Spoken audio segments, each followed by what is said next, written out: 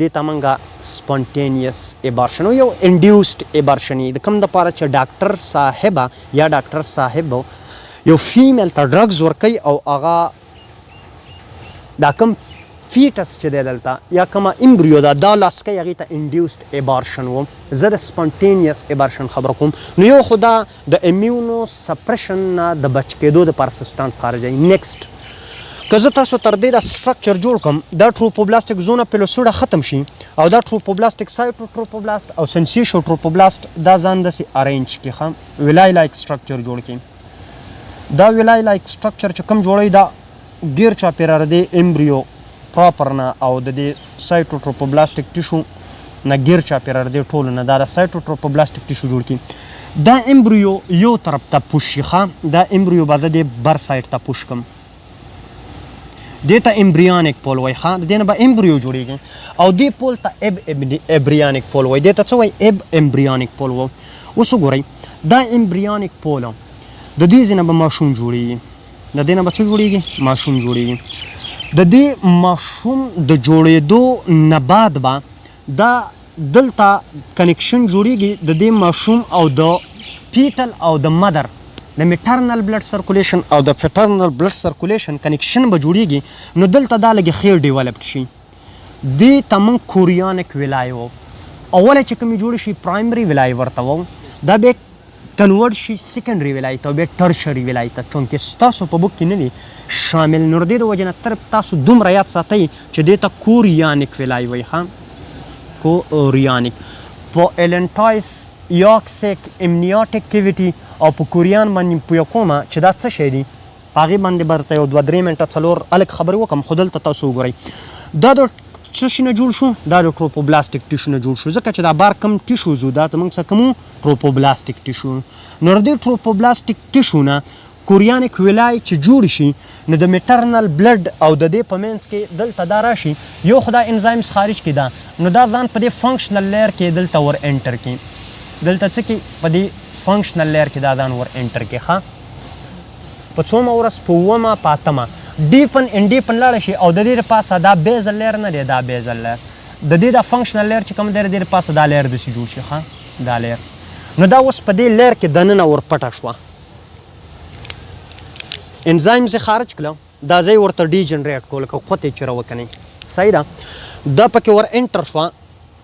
دا چې کله ور انټر شي نو د دې په دې باندې یو خاص قسم ریسپټرز دي ښه هوکس لایکس ریسپټر دی اس ما ولیکو دا اس نه به تاسو ته پته لګي چې دا سلیکټین دي هوک مې جوړ کړی که نه دا هوک دی هوک اس سلیکټین دا ال سلیکټین دی ښه ال سلیکټین د دې ال سلیکټین دپاره په دې یوټرس پسې فار ایګزامپل که دا زه تاسو ته د یوټرس دا وال جوړ کړم په دې ال سلیکټین دپاره په دې پسې ریسپټر دی ښه او دا ریسپټر څه دي دا کاربوهایډریټ ریسپټر دی ښه دا دی ډېر زیات شوګري دی ډېر زیات دا ریسپټر راځي او دا په دې پسې د دې ټروپوبلاستیک ټیشو او دا فار ایګزامپل زمونږ څه امبریو ده ښه دا داسې راځي دا سلیکټین اډهیجنز مالیکیول دی د دې سلیکټینو که چېرته پیدایشي طور باندې د چا دا د سلیکټینز د جوړېدو جین ابنارملي نو هغو ته به بیا د پرګننسي د ریټینډ کېدو پرابلم وي ښه نو یو ریزن دا هم کېدلی شي ښه کله چې دا دلته د دې څه اټیچ شي نو دا صرف په دې کې سلیکټین نه ښه په دې کې نور ریسپټر مې انټیګرین ورته وایي ښه دا زمونږ څه د ټمپیرري وخت لپاره اټیچمنټ کوي بیا نور ریسپټر راشي انټیګرین ورته وایي هغه پرمننټ د دې څه اټیچ د ډېر وخت لپاره نو اټیچمنټ وشو between the the endometrium of the mother and the fetal tropoblastic tissue او د دې په منځ کې پلاسنټا فارمیشن شروع شي پلاسنټا باندې آی تھنک په پلاسنټیشن باندې ستاسو ځان له ټاپک دی په هغې کې به موږ کلیر کړو چې پلاسنټیشن څنګه کیږي او د مدر او د فیټس په منځ کې د ایکسچینج اف مټیریل که هغه ویسټ مټیریل دی، که هغه نیوټریشنل مټیریل دی، او که هغه زموږ سره ډفرنټ ټایپ اف ګیسز دي، د هغو ایکسچینج څنګه کېږي دا به هلته کلیر شي. خو پلیسنټا جوړه شي، امبلایکل کارډ جوړ شي. په امبلایکل کارډ کې دوه آرټري، یو ویني، او د امبلایکل کارډ چې کوم آرټریز دي هغه ډي اکسیجنیټډ بلډ، او کومې وین دي هغه اکسیجنیټډ بلډ راوړي. ښه د دې نه مخکې تاسو ته کلیر و چې اونلی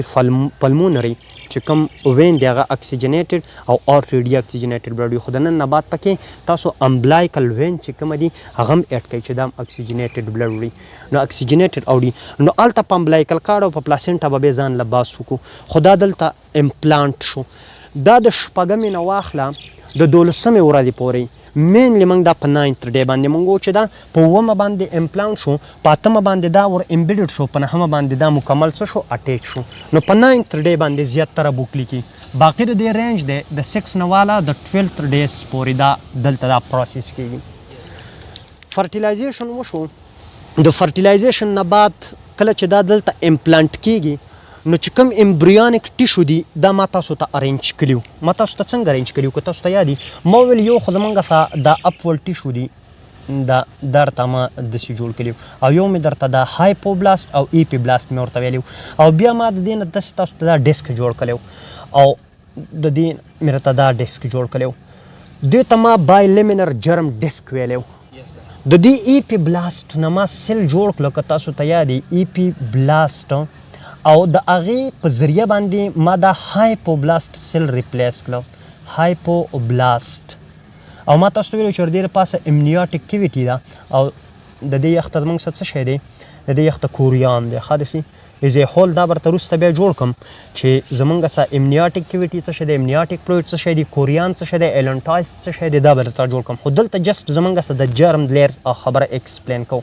ما تاسو ته ویلو چې دا سیل ډیوایډ کیږي، دا دې ځای اخلي، دا چې دې ځای ریپلیس کوي، هایپوبلاست ختمیږي، ډي جنریټ کیږي، او دا سټرکچر جوړ شو، او دې ته ما څه ویلو انډو ډرم مې ورته ویلو. یعنی په بایلیمینر جرم ډیسک کې چې کله پرولیپریشن سٹارټ شو او د دې نه ټرایلیمینر جرم ډیسک جوړېدو، نو اولنی کوم لیر جوړ شو؟ انډوډرم جوړ شو. انډو د ننني لیر ته وایي. ښه انډوډرم جوړ شو. دلته به دا زه ایکسپلینیټري پرپز دپاره دا ایپی بلاستو د دې نه انډوډرم داسې جوړ شو. دا اوس دې نه مخکې دا څه و؟ هایپوبلاستو که نه، اوس دا جوړ شو، دا اوس انډوډرم جوړ شو.